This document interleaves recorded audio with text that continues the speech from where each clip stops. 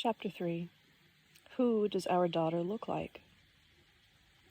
In the evening, Anastasia was nursing Nastinka. At the entrance to the little dugout where the little girl sometimes slept on her own. I was sitting quietly alongside them, watching this interesting process.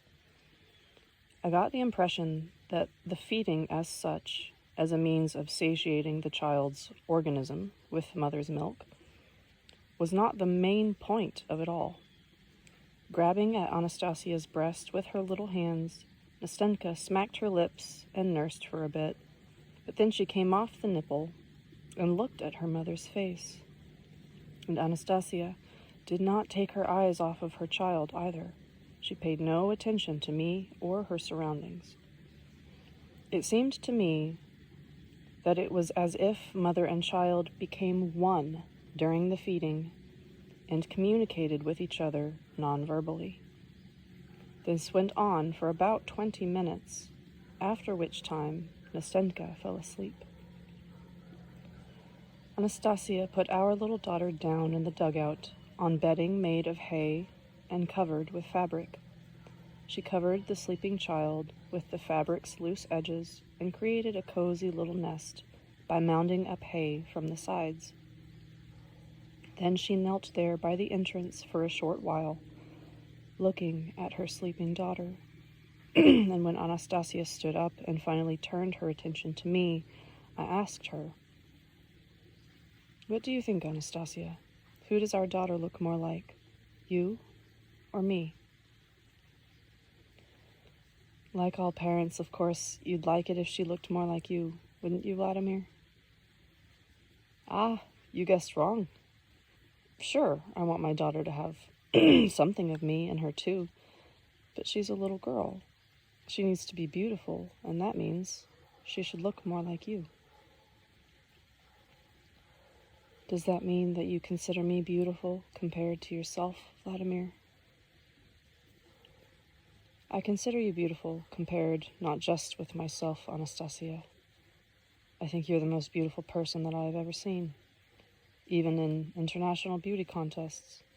I've watched them on television. The contestants' beauty pales by comparison with yours. You're better than all of them. Thank you, Vladimir.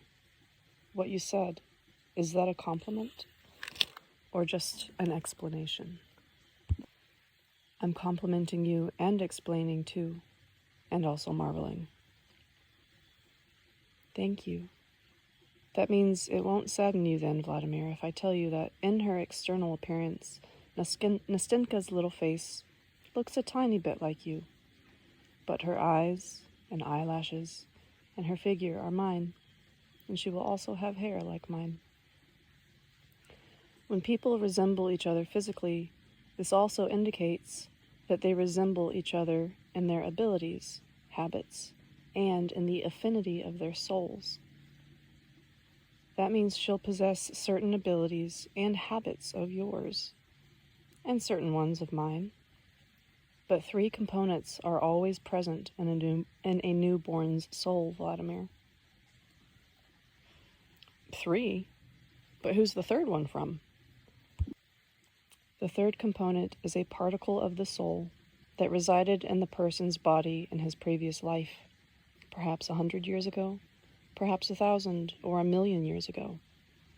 In a harmonious person, this third component does not disintegrate into particles, but waits for its chance, for the instant when it acquires a new body, through whose eyes it can see the surrounding world, and through whose ears it can hear the sounds of this world, touch it with its hands, and utilize its gifts.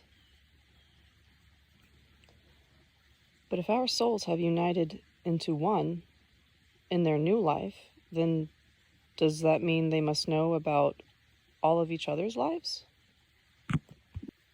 Of course they must, and they do. Otherwise it would be impossible for them to unite. They would not be able to become one united soul.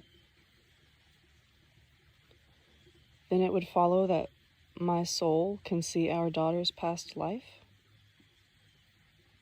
Of course it can. But you will perceive and see this only if you are able to abide in harmony with your own soul, and if your thought isn't thrown off by all manner of distortions of the surrounding world, if it is able to concentrate. If you take me, then everything's totally clear. I and people like me cannot see the past.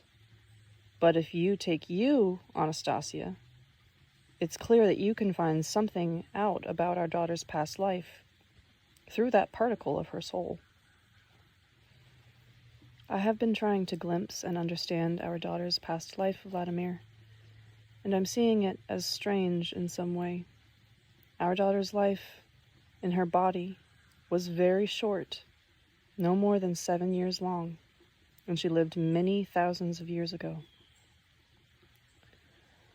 Well, if the child lived such a short life, there's not much to learn about the past.